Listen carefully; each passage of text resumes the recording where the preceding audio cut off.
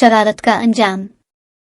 एक सफेद खरगोश दरिया के किनारे रहता था। वो रोजाना अपने घर से निकलकर एक पत्थर पर बैठ जाता और दूसरे किनारे के खूबसूरत बागों को बड़ी हसरत है तिक्का करता। वो तमाम दिन ये सोचकर काट देता कि काश वो भी वहां तक पहुंच सकता और उन खूबसूरत बागों की खूब सैरें करता। दूसरे किनारे तक तो सिर्फ तीर कर पहुंचा जा सकता था, मगर खरगोश तैरना नहीं जानता था और उधर दूसरे किनारे के प्यारे प्यारे नजारे उसे हर वक्त पुकारते रहते। एक दिन सफेद खरगोश इसी सोच विचार में गर्क था कि एकाएक वो उछल पड़ा। इसे दरिया पार करने की बड़ी अच्छी तरकीब सूझ गई थी। वो किनारे पर आकर बैठ गया और जब मगरमच्छ ने अपना लंबूतरा मुंह पानी से निकाला तो खरगोश ने इससे पूछे, क्यों भाई मगरमच्छ, तुम बता सकते हो कि दोस्त किसके ज्यादा हैं, तुम्हारे या मेरे?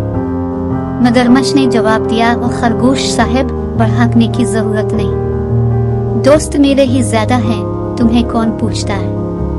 अच्छा, खरगोश ने कहा, अगर ये बात है तो ऐसा करो कि अपने दोस्तों को बुलाओ और उन्हें एक कतार में खड़ा कर दो। मैं उन सब को गिन कर देखूंगा कि किसके दोस्त ज्यादा हैं। मैं अपने दोस्तों को बुलाऊंगा और तुम उन्हें गिन लेना, मंजूर है? मगरमच्छ राजी हो गया। उसने पानी में गोता मारकर अपने तमाम मगरमच्छ दोस्तों को पुकारा और उनको एक कतार में फैल जाने का कहा। मगरमच्छ के दोस्त इतने ज्यादा थे कि जब वो एक कतार में फैले तो इस किनारे से इस किनारे तक मगरमच्छ ही मगरमच्छ थे।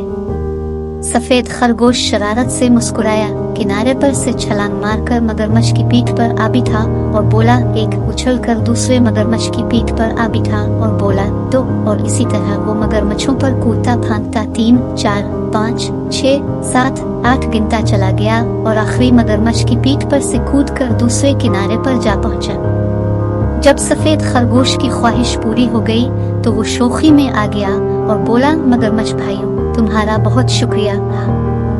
हाँ, दरिया पार करने के लिए मैंने तुम्हें कैसा बेवकूफ बनाया। खरगोश की बात सुनकर मगरमच्छों को सख्त गुस्सा आया। वो अपने खौफनाक मुंह खोलकर इस पर झपटे, लेकिन खरगोश भाग निकला। फिर भी एक मगरमच्छ के मुंह में इसकी दम आ गई और वो जख्मी हो गया।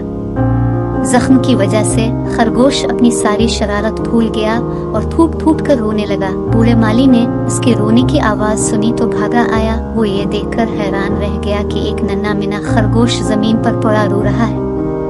माली को इस पर बहुत रहम आया और रोने की वजह पूछी। खरगोश ने इसे अपनी सारी कहानी कह सुनाई। माली ने प्यार से इसके सर पर हाथ फेरते हुए कहा, बखुदा तुमने बहुत बारा किया।